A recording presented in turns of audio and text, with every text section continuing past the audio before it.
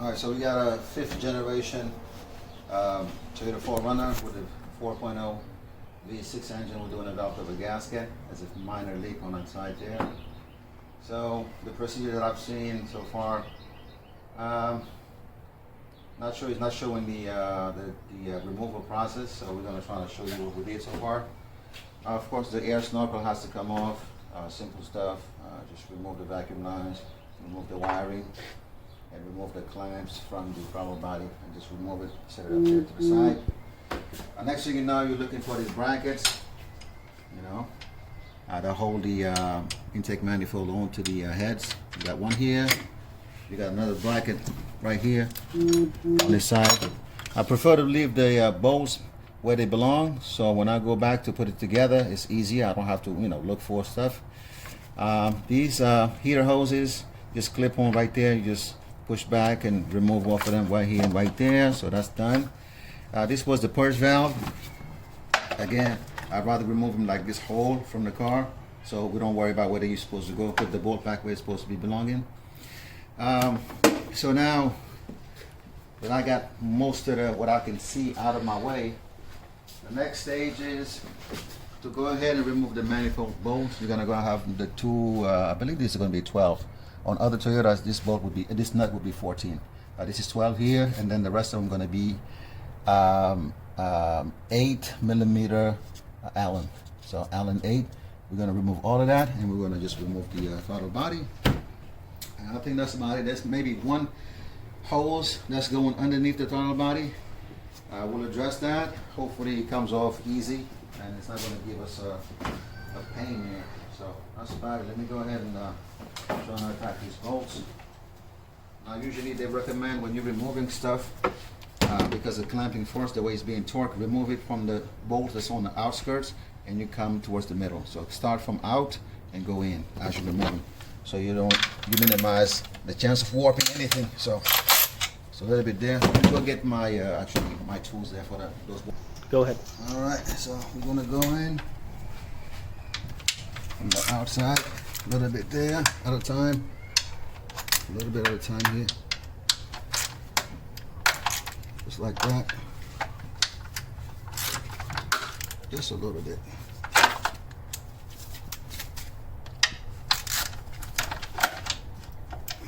Just sit in, flush. Okay.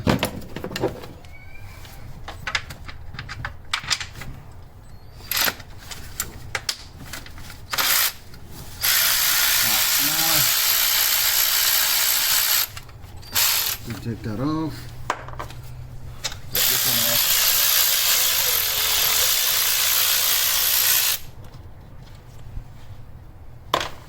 I'm going to use my electric ratchet to just go faster.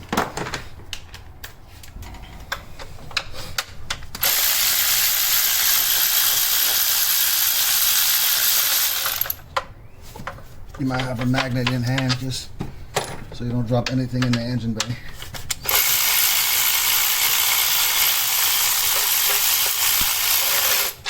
And hopefully there's no hidden bolts on the back side of it. That will just make it.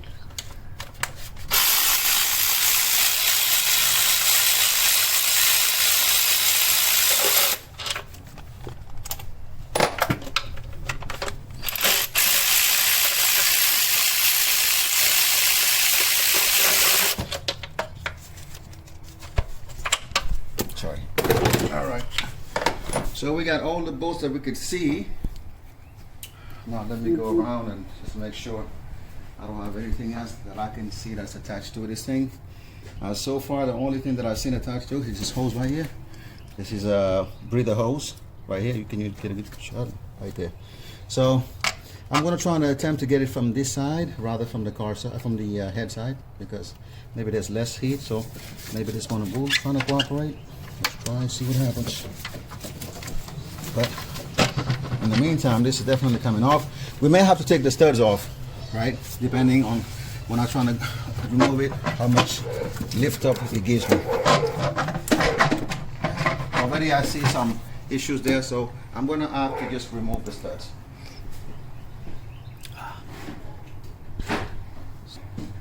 So So for the studs, we're gonna use an E8, I believe.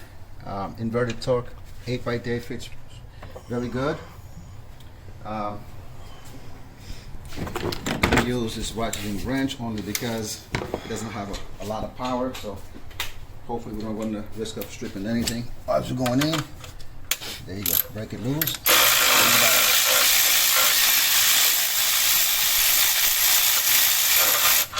Out. Same thing on this side, a little bit less height we need, so a shorter extension. Make sure we get snug. All right, it's square. There you go.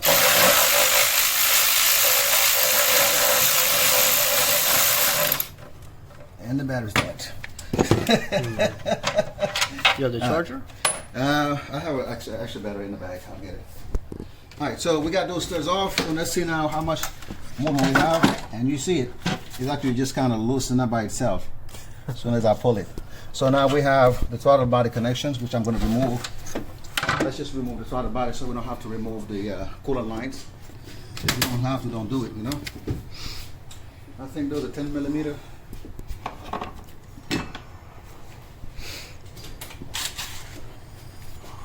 Yep, look like 10s. 1, 2, 3, 4. All right, so let's separate the two, and now our intake is free.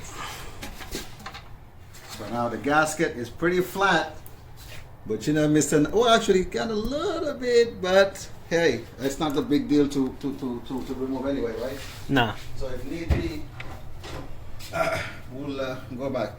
So I'm gonna just wipe quickly, and we're gonna drag this surface. Just we don't want nothing to fall in there. So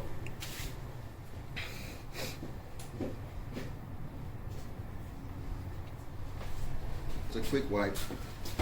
Just wipe away from the cylinder though. You know. There you go. Just nothing falling inside of it.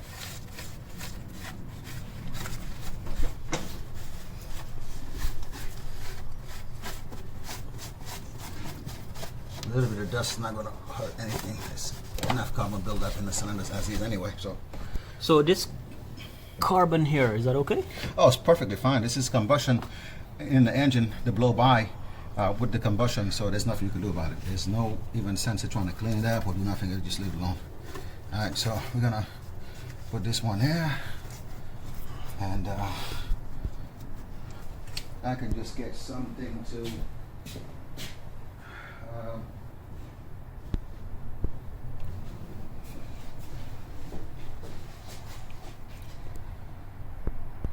so yeah, you could, there's many methods to this thing. People use a masking tape. People use this type of shop towels and just like bunch them and put them in the cylinder holes. Or sometimes you can just lay one there and take a 2x4 or something like that. You know, something flat so it doesn't move away. And just, that's it. We're good. Now comes the tedious process of removing now all of the wiring harness, right? And we're gonna try to organize them and set them to the sides of the valve covers. So we have enough way to lift it off with nothing binding and nothing going crazy there on us. Now the one problem with Toyotas that I would say, that I've noticed, the connectors are not the best. So a lot of the time when you go after so long, especially to try to remove the connections, they will probably break the tabs on them. So this is just a common issue that I've seen across the board with Toyota vehicles. So we're hoping that we don't have too many instances of that. The way you can try to help is probably use a pick and trying to pick it out and trying to be careful. But ultimately, if it's going to break, it's going to break. All right, so let's say a prayer and see what we can do with this connector. Some of them you can't do nothing but just, you know. So one pick on the side right here, twist it just a little bit, trying to play with it, finesse it. Hopefully it cooperates. All right, one, good. These are the more scary ones. Sometimes if I don't have to touch them, I don't touch them. I prefer even to remove the Those come off. I pulled them off already. You did already? Yeah. Oh, cool. All right. You just have to yeah, right there, just like that. All right, cool. So I just don't want to break this clip. Yeah. Because you know the original replacement for them cost $70 a piece. It is insane just for that connector. That is $70. crazy. Alright, so far this looks to be cooperating with us, so that's a good thing.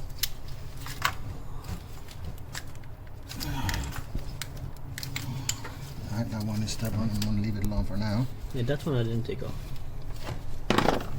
Yeah, we'll deal with it just now. Alright, so one day like this stubborn, what I usually do is I have some hose pliers.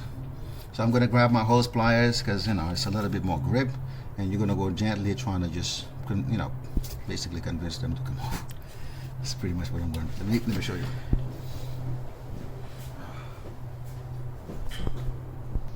So these are the hose pliers, you know. So what I usually do, again, get on either side of the connector because this one definitely has more power than my hand. So just give it a light squeeze, nothing crazy. I'm trying to help it out. Because if you squeeze too much, it might break the connector itself, so we don't want that. Just want enough to just move it. Sorry, can you see anything? Yes. Sorry. That's it. So this was another trick of the trade. Same thing we're gonna do here. We're gonna just gently, don't force it. And a little bit more stubborn. There you go.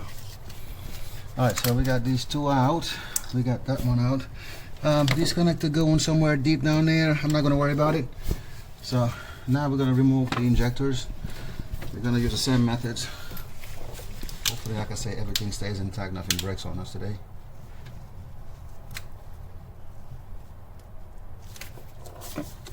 Alright.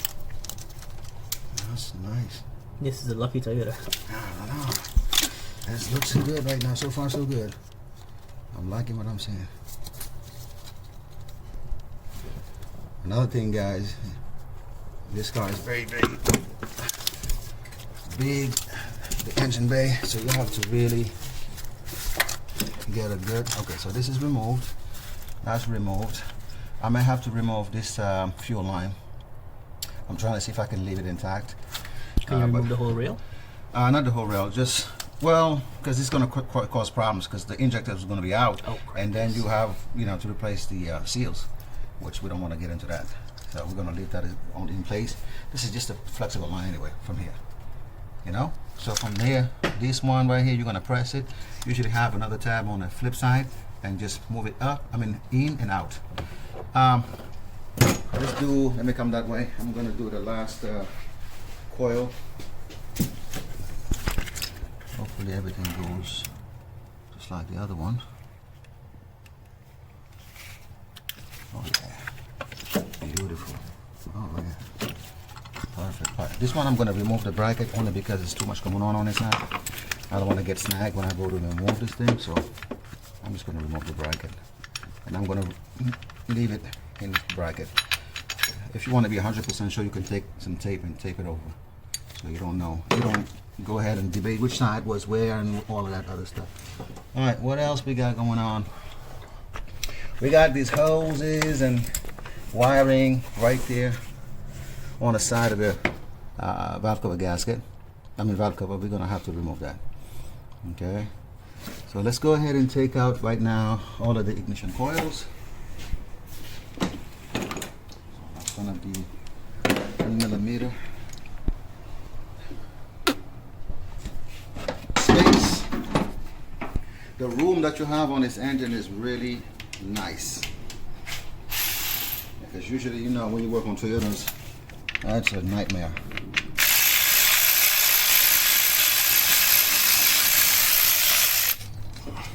Okay.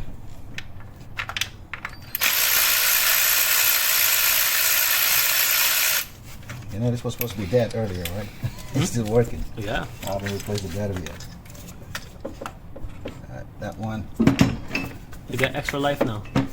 Alright, let me go get maybe a shorter socket because that one is recessed.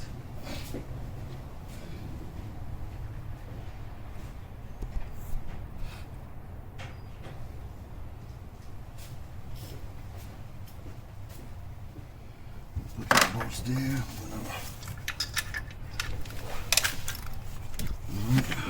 Loose.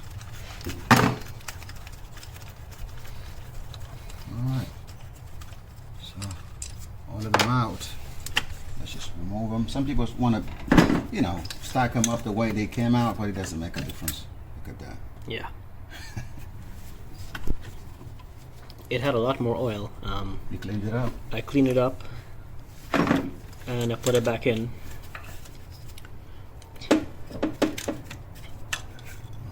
That one has a little bit of oil. Alright. I'm just going to do this because sometimes a lot of 10mm look alike. I just want to make sure everything goes back where it came from. So this is one of the best methods to use to do that.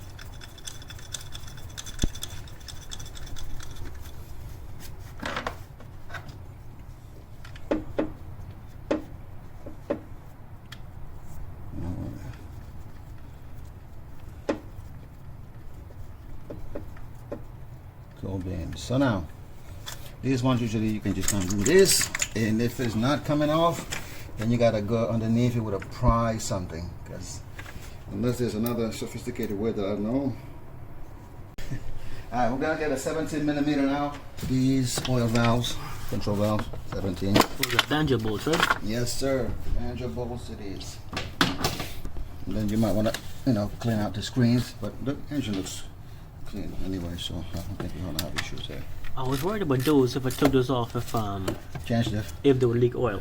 No, even if it do, it's like very slight, because this is the, you know, elevated surface here, so Okay. the engine right now is at, the oil is at the bottom of the pan, so not too concerned about that. Only thing I'm concerned about is losing that the washer. Yeah, that's mainly what I'm worried about. That is a very long. Right, so it looks pretty good. No buildup, nothing like that. Pristine. Just kind of give it light. I'm gonna take it somewhere before we lose it.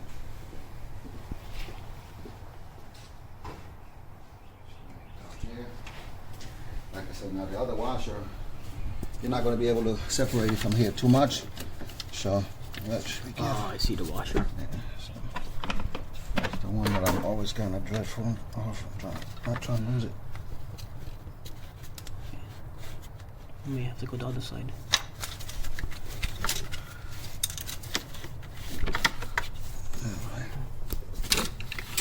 Oh, it's either in the pan or on the ground. Alright, I'll get it. I see it. It's right there. You see it? Oh yes, Straight I shot. see it. Yeah. Alright, cool. We got that. I have a little hook. I got my money. I'll get it. Alright, so that's that.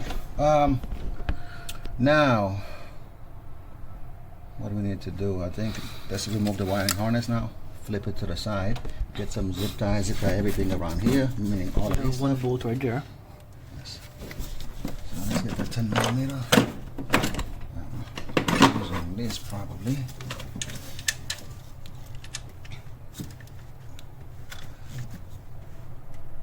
Oh, it's tight.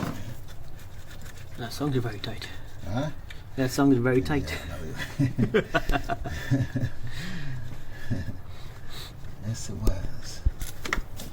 Alright, so that's loose. Now we have to remove this side of it. Is that a nice clamp right there? Huh?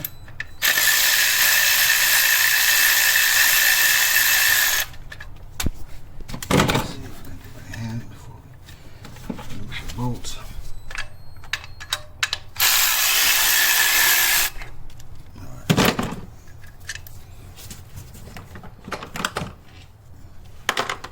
Okay, so let's see what we got. Do we have any type of movement there already or no? We don't. We gotta remove some more stuff probably. Do I have something on the side here? Oh yeah, I know there was going to be some trouble there. Alright, so Let me remove this one here. I'm not sure if it's related, but since I can see it, I'm gonna remove it. And then we'll deal with that later.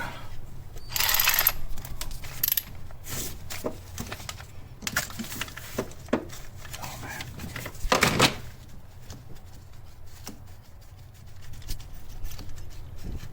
Now I'm gonna go get my inspection mirror to guide me looking the rear of the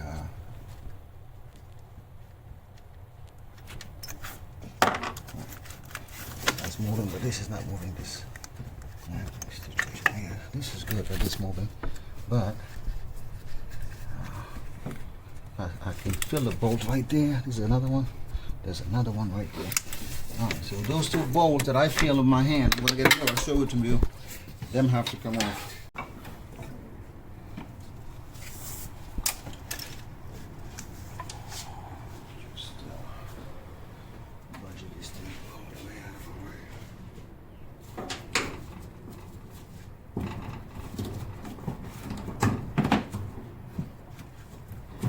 This is rubber again. Don't be afraid. You know, sometimes it looks crazy, but it's not gonna hurt it. That's what you need to do. There you go. That now.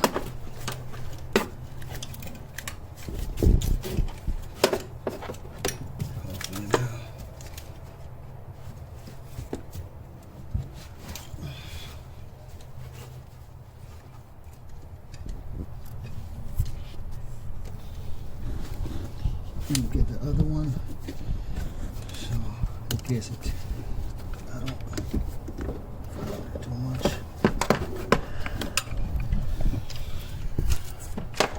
It's gonna be a nice struggle to put back. Oh yeah, that's gonna be a beautiful journey. Put these two back together.